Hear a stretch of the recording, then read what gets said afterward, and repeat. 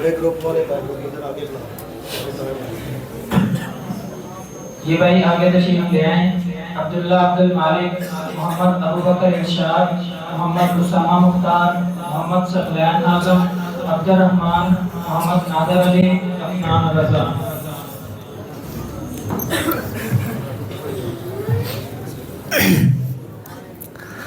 السلام علیکم ورحمۃ اللہ وبرکاتہ. نحمده ونصلي على رسوله الكريم اما بعد فاعوذ بالله السميع العليم من الشيطان الرجيم. ان الله لا يغير ما بقوم حتى يغيروا ما بانفسهم. گواہ دی ہم نے جو اسلاف سے میراث پائی تھی، گواہ دی ہم نے جو اسلاف سے میراث پائی تھی، سریا سے زمین پر آسمان نے ہم کو دے مارا. سامعین محترم، تاریخی حقائق اس بات کے گواہ ہیں کہ جب قرون اولیٰ کے مسلمانوں نے اسلامی اصولوں کو اپنا شعار بنا کر عملی میدان میں قدم رکھا تو دیکھتے ہی دیکھتے پوری دنیا کو زیر نگی کر لیا. علم و حکمت، تدبیر و سیاست، طاقت و قوت اور تقوی ایمان میں کوئی ان کا مقابلہ نہیں کر سکتا تھا. اقبال نے کیا خوب کہا، مغرب کی وادیوں میں گونجی اذاں ہماری، تھمتا نہ تھا کسی سے سیل روا ہمارا. لیکن افسوس در افسوس، رب کعبہ کی قسم، وہی مسلمان جو پوری دنیا میں عظیم طاقت بن کر ابھرے تھے، آج ظالم اور شفاف طاقتوں کے سامنے بے بس نظر آتے ہیں. خون مسلم پانی کی طرح بہتا نظر آتا ہے تو کہیں کشمیر میں مسلمانوں کو ظلم کی چکی میں پیسا جا رہا ہے، تو کہیں غزہ کو بارود اور خون سے نہلا کر مسلمانوں کی نسل کشی کی جا رہی ہے، تو کہیں قرآن مجید کو جلایا جاتا ہے، تو کہیں نبی آخر الزمان صلی اللہ علیہ وسلم کی شان اقدس میں گستاخی کر کے کروڑوں مسلمانوں کے دلوں کو زخمی کیا جاتا ہے. عزت و کامیابی ہم سے روٹ چکی ہے، ذلت و بے بسی کے سیاہ بادل ہمارے اوپر منڈلا رہے ہیں. یہ صورتحال بطور امت غور و فکر کی دعوت دیتی ہے.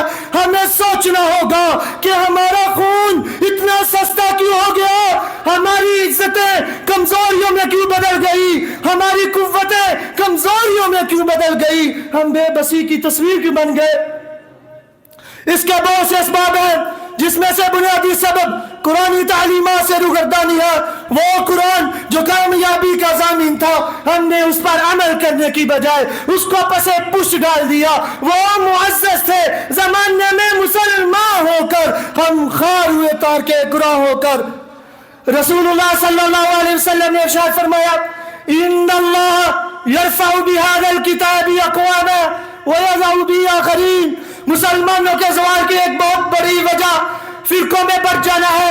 اہل اسلام جہاد کے ایک جھنڈے تلے جمع ہو کر پوری دنیا کے کفار کے لیے چیلنج بننے کی بجائے آپس میں مختلف سیاسی لسانی علاقائی فرقوں میں تقسیم ہو کر اپنی ہی جڑیں کھوکھلی کرنے لگے. تو رب رحمان نے فرما دیا، وَأَطِيعُوا اللَّهَ وَرَسُولَهُ وَلَا تَنَازَعُوا فَتَفْشَلُوا وَتَذْهَبَ رِيحُكُمْ، کہ اللہ اور اس کے رسول کی اطاعت کرو اور آپس میں جھگڑا مت کرو، اور ورنہ تم بزدل ہو جاؤ گے، تمہاری ہوا اکھڑ جائے گی. اگر ہم کھویا ہوا وقار دوبارہ حاصل کرنا چاہتے ہیں تو فروئی اختلافات کو صرف نظر کرتے ہوئے فرمان الہی وَاعْتَصِمُوا بِحَبْلِ اللَّهِ جَمِيعًا وَلَا تَفَرَّقُوا کو عملی جامہ پہناتے ہوئے متحد ہو جائیں، کفار کے مقابلے میں ایک امت بن جائیں.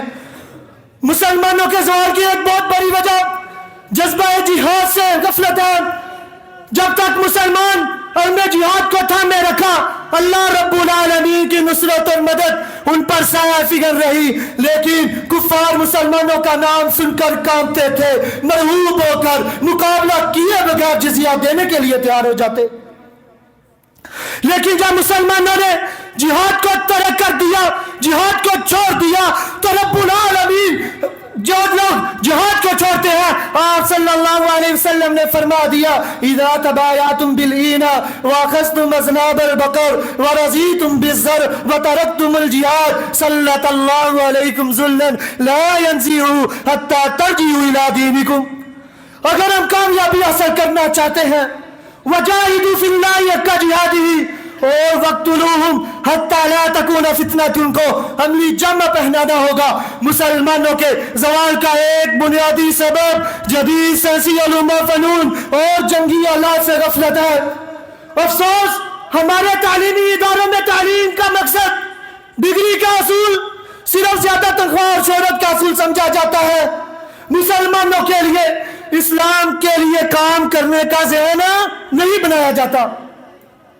سامعین محترم، ہمیں چاہیے کہ اگر ہم عروج حاصل کرنا چاہتے ہیں تو کتاب و سنت کو مضبوطی سے تھامتے ہوئے فرقوں میں بٹنے کی بجائے متحد ہو جائیں. کفار کی تہذیب و ثقافت سے نفرت کرتے ہوئے اسلامی کلچر کو عام کریں. جذبہ جہاد سے سرشار ہوتے ہوئے جدید سائنسی علوم و فنون میں مہارت حاصل کریں اور ماضی کی غلطیوں سے سبق سیکھیں. آخر میں بس یہی کہوں گا، نہیں ہے نا امید اقبال اپنی کشتے ورا سے، نہیں ہے نا امید اقبال اپنی کشتے ورا سے، ذرا نم ہو تو یہ مٹی بڑی زرخیز ہے ساقی وما توفیقی الا باللہ.